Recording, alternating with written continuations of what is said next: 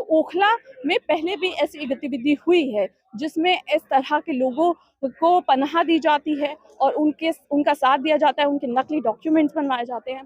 अमन news ने इसमें दिल्ली उच्च न्यायालय को पीआईएल के माध्यम से इसकी सूचना दे रखी है। इन व्यक्ति को भी पहचान हुई थी, जिसमें खास तौर पे शहजाद अली नाम का एक व्यक्ति यहाँ पर इसका सामना आया था और इसकी शिकायत जो है लगातार अमन न्यूज ने की, लेकिन इसके बावजूद भी दिल्ली पुलिस उन पर कार्रवाई करने में अब तक भी नाकाम है, क्योंकि उन लोगों का मानना है कि ये जो लोग हैं वो देश की एक बड़ी पार्टी का चोला ओढ़े हुए हैं। जो मतलूब है उस लाल किला हत्याकांड, इससे पहले जो लाल किला हत्याकांड हुआ था उसमें उसकी इन्वॉल्वमेंट थी। उसने पाकिस्तानी एक जो आतंकवादी था उसको पनाह दी थी और एक और नाम सामने आया था जिसका नाम था वकील कुरैशी। इन सब जब आम इंसान या फिर कोई इस तरह देश का नागरिक जो उनको सतर्क कर रहा है, उनको कंप्लेंट्स दे रहा है, उनको इस बात से अवगत करा रहा है, उसको वो नजरअंदाज करते हुए नजर आते हैं और उसके बाद देश की राजधानी की धरोहर लाल किला के सामने इस तरह की घटनाएं, इस तरह के बम ब्लास्ट देखने को मिलते हैं। और इस वक्त हम मौजूद हैं दिल्ली के लाल किला पर, जहां पर कल जो है करीबन 6:52 पर लाल किले के जस्ट सामने ब्लास्ट होता है। और इस वक्त अगर हम हालात की बात करें तो मैं आपको दिखाना चाहूंगी पीछे ही जहां पर ये घटना घटी थी और जहां पर ये बम ब्लास्ट हुआ था कार के अंदर, वहां पर अभी फिलहाल जांच टीम मौजूद है, एनआईए की टीम यहाँ पर मौजूद है। और सुबह से ही इवन कल रात से ही यहाँ पर तमाम जांच एजेंसीज के अधिकारी यहाँ पर पहुंचे थे और साथ ही गृह मंत्री भी यहाँ पर, अमित शाह भी यहाँ पर पहुंचे थे।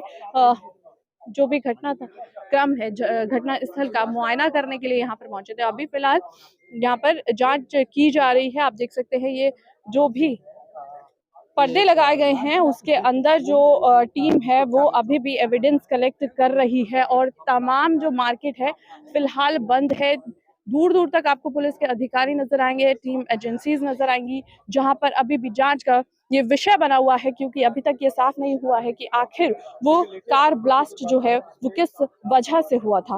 हालांकि ये सामने आ रहा है कि कुछ केमिकल की वजह से ये बॉम्ब ब्लास्ट, केमिकल बॉम्ब का इस्तेमाल इस ब्लास्ट में किया गया और फॉरेंसिक जांच की जा रही है कि किन किन केमिकल का इस्तेमाल इस बॉम्ब को बनाने में या फिर इस बॉम्ब ब्लास्ट में किया गया है। यह अभी जांच का विषय है। फॉरेंसिक लैब की एफएसएल की रिपोर्ट भी अभी आने बाकी है। और जो व्यक्ति इस कार को चला रहा था डॉक्टर उमर, उसका भी नाम सामने आ रहा है। तमाम जो कैमरे हैं, सीसीटीवी कैमरे एरिया के अंदर, उसको भी पुलिस रात से ही तलाश रही है। कुछ एविडेंस कलेक्ट किए जा रहे हैं और अभी भी यहाँ पर जो मीडिया रिपोर्ट्स के अनुसार आपको बता दें कि सुबह ये बताया जा रहा है कि फरीदाबाद बॉर्डर से 8:04 पे वो कार जो है वो निकली है, यानी कि दिल्ली के अंदर एंट्री हुई है उसकी। तो ऐसे में दिल्ली के आसपास के जो बॉर्डर्स हैं, चाहे वो हरियाणा बॉर्डर हो, उत्तर प्रदेश बॉर्डर हो या फिर फरीदाबाद का बॉर्डर हो, यहाँ पर सभी बॉर्डर्स पर सख्ती की गई है। सिक्योरिटी के मद्देनजर रखते हुए सारी जो जांच एजेंसीज हैं, जो सुरक्षा एजेंसीज हैं, वो यहाँ पर मौजूद की गई हैं और ये किया जा रहा है। सीसीटीवी फुटेज भी वहाँ पर खंगाली जा रही है, उसकी भी जानकारी लगातार मीडिया को दी जा रही है और नई नई अपडेट्स इसके सामने आ रही हैं। फिलहाल अपडेट ये है कि यहाँ पर एनआईए की टीम जो है वो अभी भी जांच कर रही है और देख सकते हैं अभी भी यहाँ पे बैरिकेडिंग की गई है और आम लोगों को अंदर नहीं जाने दिया जा रहा है।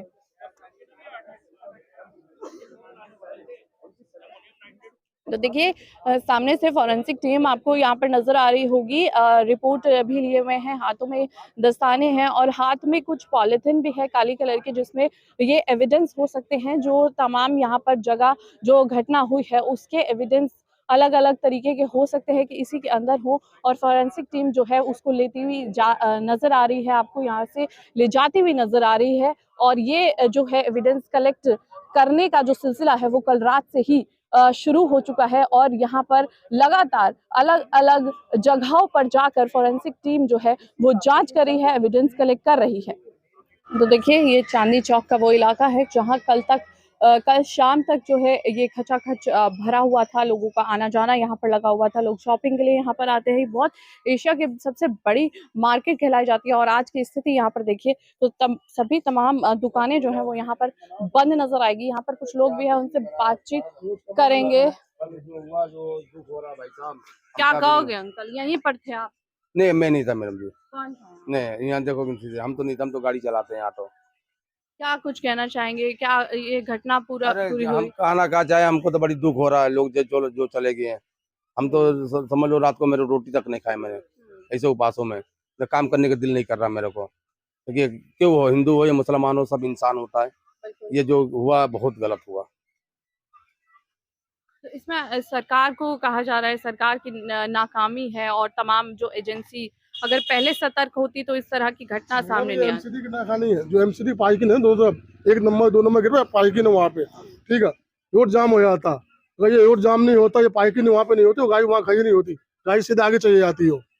दो तरफ से 1 नंबर गेट पे 2 नंबर गेट पे पार्किंग बना रखी है, जाने का रास्ता नहीं होता, पूरा जाम हो जाता यहाँ पे। यहीं पर थे हाँ मेरी दुकान सामने 11 नंबर दुकान है हमारी। क्या कुछ हुआ था? क्या देखा आपने? क्या क्या कुछ आपकी आंखों के सामने था? मेरे सामने हुआ, इतने कस के आवाज आई, मैं सामने खड़ा था, इतने कस के आवाज आई, वहां से जो गाड़ी का बम्फर था उड़ के मेरी दुकान के सामने यहाँ पे आई, जहाँ पे हाई विकेट गाड़ी खड़ी है, वहाँ पे आई।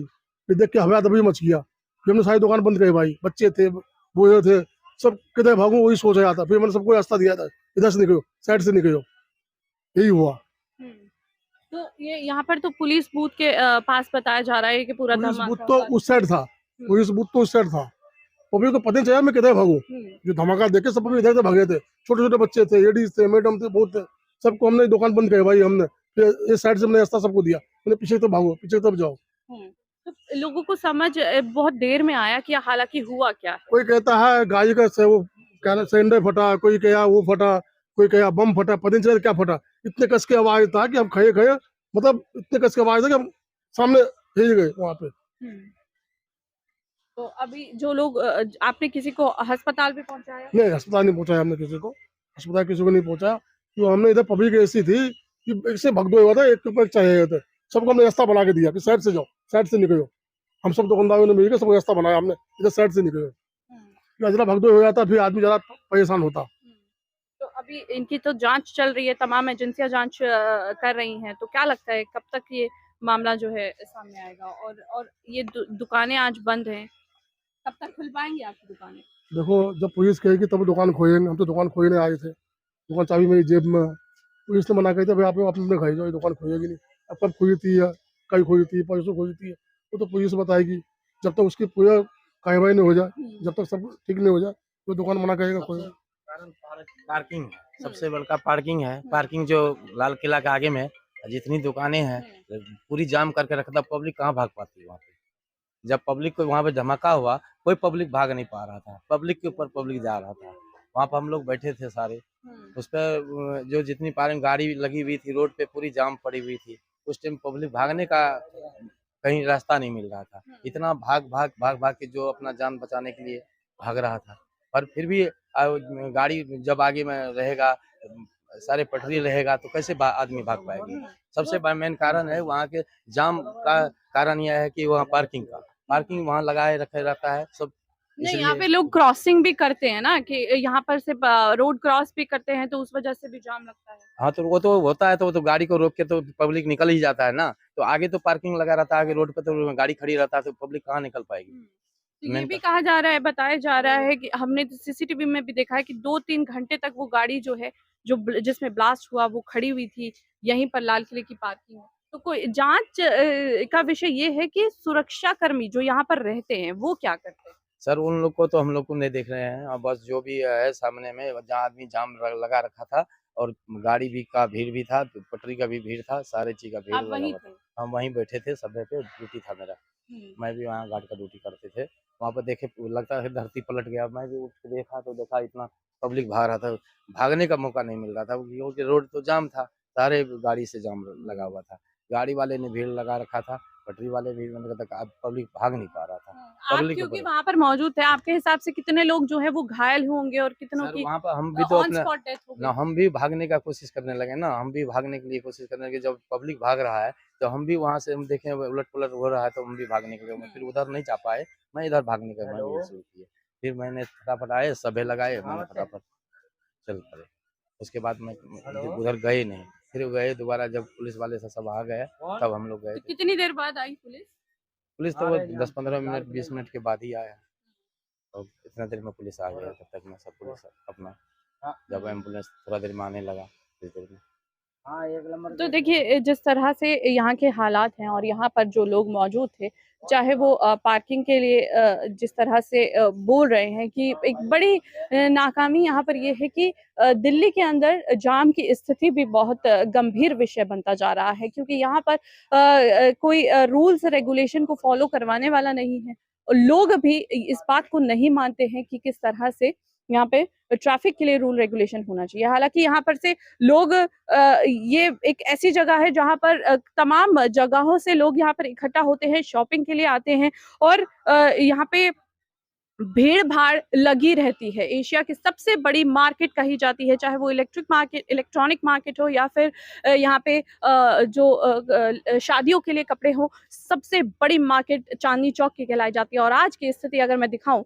तो सभी जो है छोटे-मोटे ठेले हो, पार्किंग हो या फिर ये तमाम रोड की साइड पे दुकान लगाने वाले लोग हों, सभी कुछ यहाँ पर आपको बंद ही नज़र आएगा। और ये जाँच जब तक चलती रहेगी और जब तक यहाँ पर से सबूत इकट्ठा नहीं किए जाएंगे, मुझे लगता है कि ये इसी तरह की स्थिति यहाँ पर बनी रहेगी।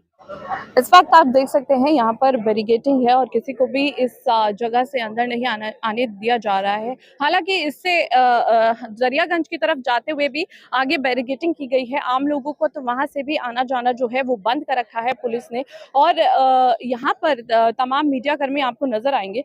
फिलहाल स्थिति जब ये घटना घटी तो ये थी कि कुछ समझ ही नहीं पाए थे लोग कि आखिर हुआ क्या है, और अफरा तफरी के माहौल में कई लोग घायल भी हुए। वहीं कई जो हैं अभी बताया जा रहा है कि 12 लोगों की मौत हो चुकी है। कल तक ये आंकड़ा गृह मंत्री ने 8 का बताया था, लेकिन सुबह तक ये आंकड़ा जो है 8 से लेकर 12 तक पहुंच गया है। बता दें कि कल की ये घटना के बाद जो है गृह मंत्री ने इमरजेंसी बैठक भी इस पूरे मामले को लेकर बुलाई थी, जिसमें उनके साथ उनके गृह मंत्री की अध्यक्षता में ये बैठक हुई, जिसमें केंद्रीय गृह सचिव गोविंद मोहन भी मौजूद रहे। इसके अलावा आईबी के जो निदेशक हैं तपन डेरा, उनको वो भी मौजूद रहे। एनआईए के महानिदेशक सदानंद वसंत दाते और दिल्ली पुलिस के कमिश्नर भी इस मीटिंग में मौजूद रहे। इस मीटिंग में जम्मू कश्मीर पुलिस के डीजीपी नलिल भी मौजूद थे, जिसमें ये वर्चुअल मीटिंग उनके द्वारा ली जा रही थी।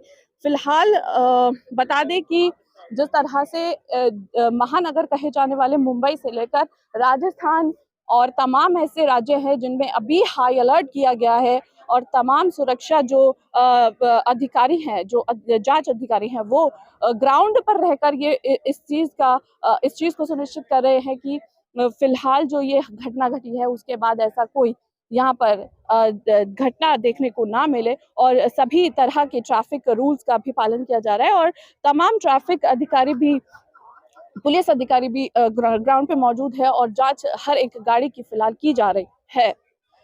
फिलहाल मीटिंग 1.25 घंटे तक करीबन चली है। गृह मंत्रालय जिस तरह से पूरे एनआईए को लेकर और पूरी जांच एजेंसियों को लेकर इस मीटिंग में गृह मंत्री की अध्यक्षता में ये मीटिंग हुई है। फिलहाल उसमें यही अपडेट है कि उनसे यही तय किया जा रहा था उस मीटिंग के दौरान कि आगे की जांच जो है वो किस तरह की जा रही है और अब तक इस जांच में क्या कुछ सामने आया है। बहरहाल आगे की जांच सुरक्षित हो और किसी तरह के सबूतों के साथ कोई छेड़छाड़ ना की जाए, इस तरह के निर्देश भी गृह मंत्री ने जो है वो दिए हैं। और एनआईए के तमाम लोग अभी भी यहाँ पर मौजूद है, जो अभी भी फॉरेंसिक टीम यहाँ पर जांच कर रही है और एविडेंस इकट्ठा कर रही है। आपको बता दें कि जिस तरह से रात से ही इनपुट आना शुरू हो गए कि ये एक आतंकी हमला माना जा रहा है, क्योंकि इसके तार जो है वो जम्मू कश्मीर से भी जुड़े जा रहे हैं, क्योंकि जो I-20 गाड़ी जो है वो मिली है वो जम्मू कश्मीर के पुलवामा से कहीं ना कहीं उसका लिंक सामने आया है। और साथ ही जिस तरह से फरीदाबाद में जो मेडिकल कॉलेज है उसके अंदर जो डॉक्टर जिसका नाम सामने आया, जिसकी गिरफ्तारी भी पुलिस ने की, जम्मू एंड कश्मीर ने पुलिस ने कई जगह पर छापेमारी कई टाइम से चल रही थी, कुछ महीनों से चल रही थी। उसके बाद ये लिंक को जोड़ कर देखा जा रहा है और ये माना जा रहा है कि कहीं ना कहीं इसके कनेक्शन इस ब्लास्ट से हो सकते हैं, तो कहीं ना कहीं ये आतंकवादी हमला भी माना जा रहा है।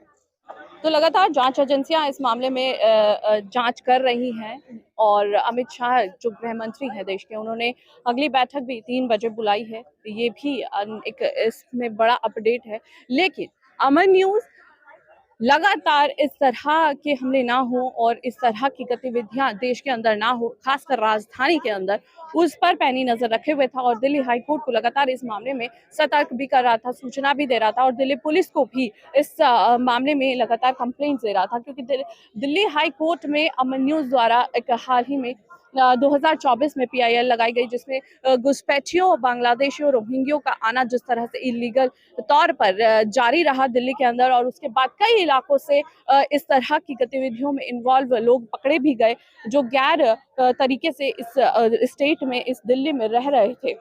लेकिन उनका ये भी इन्वॉल्वमेंट रहा, जब हमने उनकी पड़ताल करने की कोशिश की तो उनकी जो हिस्ट्री थी, जो बैकग्राउंड था, वो ये रहा कि वो उन लोगों का साथ देते हुए नजर आए थे जो पहले दिल्ली के लाल किले के पास हत्याकांड हुआ था, लाल किला कांड हुआ था, जिसके नाम से वो मशहूर है, उसमें जो गिरफ्तारी की गई थी, उनके साथ उनका रहना था और वहां उन्होंने उनको जो है रिहाइश करवाई थी। ओखला का नाम इस मामले में जरूर शामिल हो रहा है, क्योंकि ये गाड़ी जो है वो ओखला के सलमान के नाम से जो I-20 इस मामले में पकड़ी गई है, जिसकी CCTV फुटेज हमारे पास सामने आ रही है, तो उसमें उसका इन्वॉल्वमेंट था। तो ओखला में पहले भी ऐसी गतिविधि हुई है जिसमें इस तरह के लोगों को पनाह दी जाती है और उनका साथ दिया जाता है, उनके नकली डॉक्यूमेंट्स बनवाए जाते हैं और इसकी शिकायत जो है लगातार अमन न्यूज ने की, लेकिन इसके बावजूद भी दिल्ली पुलिस उन पर कार्रवाई करने में अब तक भी नाकाम है, क्योंकि उन लोगों का मानना है कि ये जो लोग हैं वो देश की एक बड़ी पार्टी का चोला ओढ़े हुए हैं।